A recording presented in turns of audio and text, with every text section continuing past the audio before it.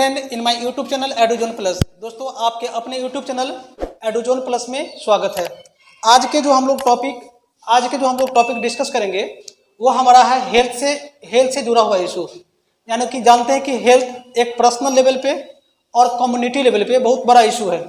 ये कंटेंट जो है से 9th क्लास के एनसीईआरटी बुक 9th क्लास के एनसीईआरटी साइंस के बुक से कंटेंट लिया गया है। आज उसमें हम लोग एक टॉपिक है, उसमें एक चैप्टर है हम बीमार क्यों पड़ते हैं, उसके बारे में डिटेल से चर्चा करेंगे।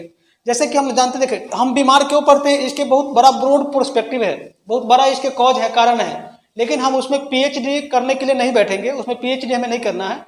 एक बेसिक सोच, एक बेसिक समझ हमें यह क्रिएट करना है कि रियल में भाई बीमारी जो है यानी कि डिजीज जो है, ये डिजीज का संसार में वजह क्या है, रोग का वजह क्या है, बीमार का क्या वजह है।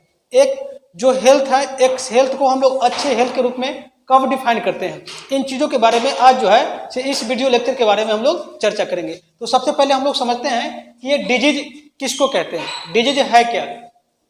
इसे टॉपिक है कि हम बीमार क्यों पड़ते हैं। एक चैप्टर में एक क्वेश्चन है भाई हम बीमार क्यों पड़ते हैं, क्या बीमारी होने का वजह क्या है, बीमारी संसार में क्यों फैलती है। जब तक मान लो हमारा शरीर स्वस्थ है तो हमें बीमार पड़ने की कोई आवश्यकता ही नहीं है, और बीमारी संबंधी चीज़ों को हमें बीमार पड़ने की आवश्यकता ही नहीं है, हमें दवा लेने की आवश्यकता ही नहीं है। तो सबसे पहले जो हमारा जो एक सिस्टम जो है हम बीमार क्यों पड़ते हैं उसको समझना कि बीमार के पीछे कारण यह है। जब हम बीमारी के कारणों को समझ लेंगे तो बीमार पड़ेंगे ही नहीं। जब हम बीमार नहीं पड़ेंगे तो हमें स्वास्थ्य को ठीक करने के लिए किसी भी चीज़ की आवश्यकता होगी ही नहीं। तो सबसे पहले हम इस चीज़ को थोड़ा समझें कि रोग क्या है। WHO ने एक स्वस्थ को डिफाइन किया है कि जब कोई भी व्यक्ति स्वस्थ यानी कि हेल्थ को डिफाइन किया है कि जब कोई व्यक्ति शारीरिक रूप से, मानसिक रूप से या सामाजिक रूप से पूरे फिट रहता है, शारीरिक रूप से, मानसिक रूप से और सामाजिक रूप से पूर्ण रूप से फिट रहता है, तो व्यक्ति के ऐसी स्थिति को हम लोग स्वस्थ कहते हैं।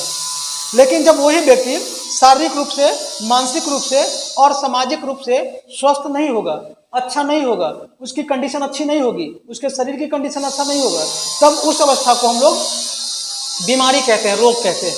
यानी कि रोग का मतलब कि हमारा शरीर या हमारा दिमाग या हमारा जो सामाजिक एक्टिविटीज हैं वो सही रूप से नहीं हो रहा है, हमारे द्वारा मल फंक्शन है उसमें, तो ऐसे परिस्थिति को हम लोग क्या कहेंगे, रोग के नाम से जानते हैं। अब सबसे पहले बात आती है कि माने कि वर्ल्ड लेवल पे विश्व स्तर पे प्रत्येक साल 7 अप्रैल के दिन में 7 अप्रैल को हम लोग विश्व स्वास्थ्य दिवस के रूप में मनाते हैं। विश्व स्वास्थ्य दिवस को हम लोग 7 अप्रैल को मनाते हैं ताकि विश्व में स्वास्थ्य कैसे तेजी से फैले, स्वास्थ्य से संबंधित जागरूकता आम लोगों तक कैसे फैले, इसकी जानकारी जो है 7 अप्रैल के बारे में हर साल हमें मनाया जाता है। और 7 अप्रैल को विश्व स्वास्थ्य से संबंधित चीज़ों के बारे में माने कि लोगों को जागरूक किया जाता है, विश्व के लोगों को जागरूक किया जाता है। सबसे पहले आप लोग को यहाँ पर ध्यान देने की आवश्यकता है, जैसे जो बीमारी होता है, ये बीमारी हमारे शरीर में कैसे फैलते हैं, शरीर में बीमारी कैसे फैलता है और बीमारी के कितने कारक हैं। तो बीमारी जो शरीर में फैलता है ये बीमारी के 2 कारक हैं। शरीर में जो बीमारी फैलता है इसके 2 कारक हैं, एक इंट्रिंसिक फैक्टर है, दूसरा एक्सट्रिंसिक फैक्टर है। यानी शरीर में जो बीमारी फैलता है उसके कुछ कारण हमारे शरीर के अंदर में होता है, हमारे शरीर के अंदर से ही बीमारियां फैलती हैं, और कुछ बीमारियां जो है बाहर से फैलती हैं। अब शरीर के अंदर से कोई भी बीमारियां कैसे फैलती है, कुछ शरीर के अंदर से कोई भी बीमारियां कैसे फैलती है, वो बीमारी हो सकता है हेरिडेटरी डिजीज या जेनेटिक डिजीज। यानी कि जब वंश बाय वंश परंपरागत तरीके से वंशागति यानी एक वंश से दूसरे वंश में बीमारी फैलती है तो हम लोग वंशागति कहते हैं। या हमारे शरीर के अंदर में कोई भी जेनेटिक डिसबैलेंस क्रिएट होता है, जेनेटिक डिसबैलेंस क्रिएट हो जाता है, तो उसके वजह से भी बीमारी से उत्पन्न होता है। दूसरा बीमारी का जो कारण है, जो बाहरी कारण बीमारी का हो सकता है, वो बाहरी कारण बीमारी का हो सकता है फिजिकल, यानी कि शरीर पे यदि किसी प्रकार के चोट यानी किसी प्रकार के फिजिकल हर्ट होता है तो उसके वजह से बीमारी हो सकता है। या बीमारी इन्फेक्शन से फैल सकता है, या बीमारी हम जो पोषक तत्व ले रहे हैं, खाना पीना खा रहे हैं, यदि उसमें हमें बैलेंस फॉर्म में कोई भी न्यूट्रिशन प्राप्त नहीं होता है तो उस न्यूट्रिशन के डिफिशियंसी के कारण भी, यानी कोई भी खाना हम खाते हैं यदि खाना वो प्रचुर मात्रा में सभी पोषक तत्व नहीं होते हैं तो किसी भी पोषक तत्व के कमी के वजह से भी ये बीमारियां हो सकती है। तीसरी बीमारी है जो वंशागति बताया कि इनहेरिटेंस प्रॉपर्टीज के कारण कि एक पीढ़ी से दूसरी पीढ़ी में बीमारी ये हो सकता है। ये बीमारी के कई कारण हो सकते हैं, यानी कि भौतिक हो सकते हैं, इन्फेक्शन माने भौतिक रूप से यदि हम कहीं से बाहरी चोट लग जाए उसकी वजह से बीमारी हो सकता है।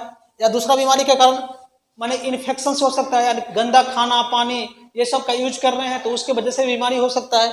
तीसरा बीमारी हो सकता है कोई भी खाना पोषक तो हम प्रचुर मात्रा में नहीं दे रहे हैं, बैलेंस फॉर्म में नहीं दे रहे हैं तो उसके वजह से बीमारी हो सकता है। तीसरा जो प्रॉपर्टी न्यूट्रिएंट्स प्रॉपर्टीज है उसकी वजह से बीमारी हो सकता है।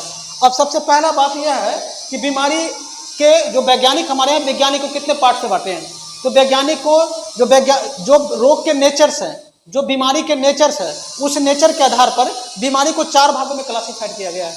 जो हमारा WHO है वो बीमारी को 4 भागों में क्लासिफाइड किया है उसके नेचर के आधार पर। पहला बीमारी का नाम है एक्यूट डिजीज। ये बीमारी जो होता है, ये रोग होता है, ये शॉर्ट टाइम के लिए, शॉर्ट ड्यूरेशन के लिए होता है। कोई बीमारी शरीर में आया और तुरंत चला गया, यानी बीमारी आया शरीर में और चला गया, तो ऐसे रोग को हम लोग बोलते हैं शॉर्ट डिजीज, यानी कि एक्यूट डिजीज कहते हैं। इसको शॉर्ट ड्यूरेशन का डिजीज कहते हैं। जैसे कफ, खांसी, जुकाम, ये सब जो बीमारी है तुरंत होता है हमारे शरीर में और तुरंत ठीक भी हो जाता है, तो ऐसे रोग को हम लोग बोलते हैं एक्यूट डिजीज।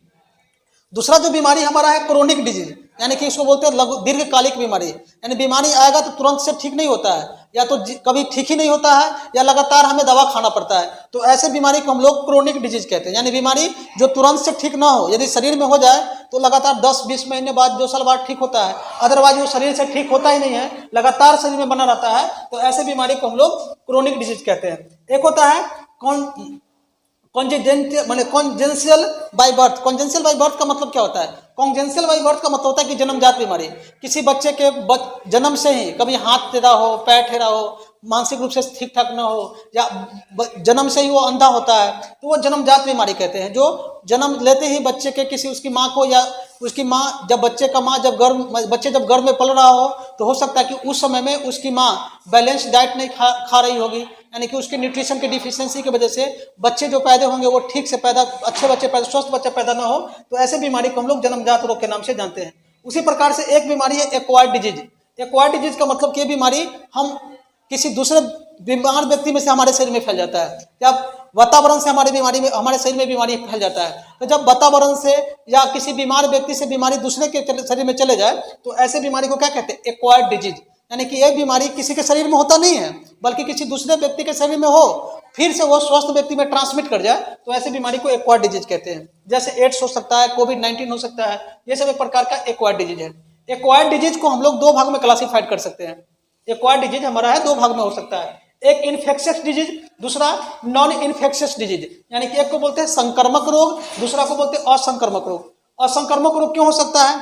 तो ये कारण इसके कई हो सकते हैं। जैसे यदि हमारे शरीर के कोई भी ऑर्गन्स, जैसे लीवर है, किडनी है, हार्ट है, या फेफड़ा है, या मान लो कि स्टोमक है, या पैनक्रियाज है, स्मॉल इंटेस्टाइन है, कोई भी यदि शरीर के कोई भी अंग यदि सही तरीके से काम नहीं कर रहा है तो उसके वजह से ये बीमारी क्रिएट हो सकता है, नॉन इन्फेक्शियस डिजीज। दूसरा कारण इसका हो सकता है डिफिशियंसी ऑफ न्यूट्रिशन। यदि हम कोई भी खाना खा रहे हैं, यदि हमारे शरीर के जितने भी अंग हैं, जितने भी सेल्स हैं, सभी सेल्स को बैलेंस डाइट चाहिए, सभी माने कि सही प्रकार के पोषक तत्व चाहिए। यदि खाना खाने के दौरान यदि हम सही प्रकार के पोषक तत्व नहीं ले रहे हैं, तो वैसे परिस्थिति में भी ये बीमारी हो सकता है। उसको बोलते हैं हम लोग डिफिशियंसी ऑफ न्यूट्रिशन के कारण हो सकता है। तीसरा है हार्मोनल चेंज। हमारे शरीर के अंदर में बहुत सारे ऐसे ऑर्गन्स होते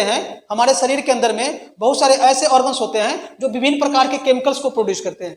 यदि वो शरीर के विभिन्न प्रकार के केमिकल्स यदि ऑर्गन्स के द्वारा अधिक प्रोड्यूस किया गया या ऑर्गन्स के द्वारा कम प्रोड्यूस किया गया, तो उस केमिकल्स चेंज यानी हार्मोनल चेंज की वजह से भी हमारे शरीर में बीमारी हो सकती है। हार्मोन्स क्या है? तो हार्मोन्स के बारे में यदि कोई पूछे हार्मोन्स क्या है, तो हार्मोन्स एक प्रकार के और केमिकल्स है। क्या है?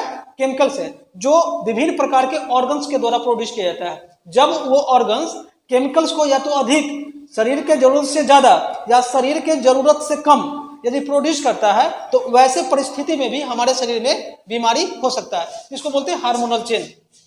ये नॉन इन्फेक्शियस डिजीज इन कारणों से हो सकता है। अब इन्फेक्शियस डिजीज कैसे हो सकता है? तो इन्फेक्शियस डिजीज होने के 3 कारण है। पहला तो पैथोजेंस, जितने भी विषाणु कीटाणु यानी कि माइक्रोवेज जो भी सूक्ष्म जीव है, उन सूक्ष्म जीवों की वजह से हमारे शरीर में रोग हो सकता है। जैसे बैक्टीरिया की वजह से फैल सकता है, फंगस की वजह से फैल सकता है, प्रोटोजोआ की वजह से फैल सकता है, कोई कीड़े वर्म्स की वजह से फैल सकता है, वायरस की वजह से फैल सकता है। ये बीमारी एक फैलने का ये तरीका है। दूसरा जो बीमारी फैलने का तरीका है वो ट्रांसमिशन की वजह से, यानी कि ट्रांसमिट कैसे कर सकता है? तो हवा के माध्यम से, यदि बैक्टीरिया या विषाणु कोई माइक्रोवेज हमारे शरीर में चले जाए और हमारे इम्यूनिटी को कमजोर करना शुरू कर दे, तो उसकी वजह से बीमारी हो सकता है। या जल के माध्यम से कोई बैक्टीरिया वायरस हमारे शरीर के अंदर में घुस जाए और हमारे इम्यूनिटी को कमजोर करना शुरू कर दे, तो वैसे वजह से बीमारी हो सकता है। या सेक्सुअल कॉन्टेक्ट का मतलब कि यदि गलत तरीके से यौन संबंध बना रहे हैं और सुरक्षित तरीके से यौन संबंध बना रहे हैं, फिजिकल रिलेशन बनाया जा रहा है, तो उसके वजह से भी क्या हो सकता है, ये बीमारी हो सकते हैं। एक तरीका इसका है वेक्टर 1, जैसे हमारे आसपास में जैसे मक्खी है या बहुत सारे मच्छर हैं या और भी जैसे कोई जानवर है जो जिसके काटने से भी या उसको काटने से भी हमारे से बीमारी फैल जाता है, उसको हम लोग बोलते हैं वेक्टर, यानी कि वेक्टर जनित रोग बोलते हैं, वेक्टर बॉर्न बोलते हैं। वेक्टर बॉर्न का मतलब कि जब कोई कुत्ता किसी व्यक्ति को काट ले या बिल्ली काट लेता है या किसी को बंदर काट लेता है, तो उसके वजह से भी बीमारियां फैल सकती है, उसकी वजह से रैबीज बीमारी फैलता है। उसी प्रकार से मॉस्किटो, यदि किसी व्यक्ति को मच्छर काट लेता है तो उसकी वजह से बीमारी फैल सकता है, मलेरिया या डेंगू फैल सकता है। उसी प्रकार से घर में जो मक्खियां होती है, वो यदि घर की मक्खियां यदि प्रभावित हो रहा है तो उसके वजह से भी बीमारी हो सकता है, जिससे कॉलरा। तो ये जो चीजें हैं, जो बीमारी को फैलाने वाले कुछ जीव होते हैं, जो मक्खी है या मच्छर है या कोई जानवर है जो जिसके काटने से उसके विष या हमारे शरीर में प्रवेश हो जाता है, तो उसके कीटाणु हमारे शरीर में प्रवेश करता है और हमारे शरीर के ऑर्गन्स को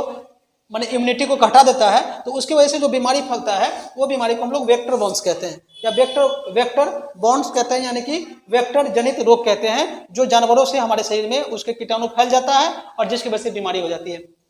तो हमने आज ये समझा कि बीमारी के बेसिक क्लासिफिकेशन है, बेसिक प्रकार है, ये कितने प्रकार के हैं और बीमारियां कैसे फैलती है। और हम लोग अगली क्लास में ये कोशिश समझने की करेंगे कि ये जितने भी बीमारी जो फैलते हैं, माने जो बीमारी फैलने के जो तरीके हैं, इन तरीके से कौन कौन सी बीमारी फैल सकता है, कौन कौन सी बीमारी फैलेगा, वो बीमारी क्या है, चाहे इन जितने भी माइक्रोवेज है इनसे कौन कौन सी बीमारियां होती है और उनसे बचाव कैसे कर सकते हैं। इसका जो लेक्चर सीरीज है हम लोग अगले वीडियो में देखेंगे, इसलिए हमारे वीडियो के साथ आप बने रहें और अपने दोस्त, यदि ये वीडियो अच्छा लगे तो अपने दोस्तों में शेयर करें, ताकि हमारा जो भी वीडियो मैं अपलोड करूंगा उसके नोटिफिकेशन आपके पास जल्दी सबसे पहले पहुंचेगा, ताकि इसके बारे में जब वीडियो के बारे में सूचना आपको मिल जाएगा तो हमारे द्वारा जो भी वीडियो अपलोड किए जाएंगे वो उसको देखकर आप अपने दिमाग को, अपने ज्ञान का वर्धन कर सकते हैं, अपना ज्ञान में वृद्धि कर सकते हैं। इसलिए हमारे वीडियो के साथ बने रहे।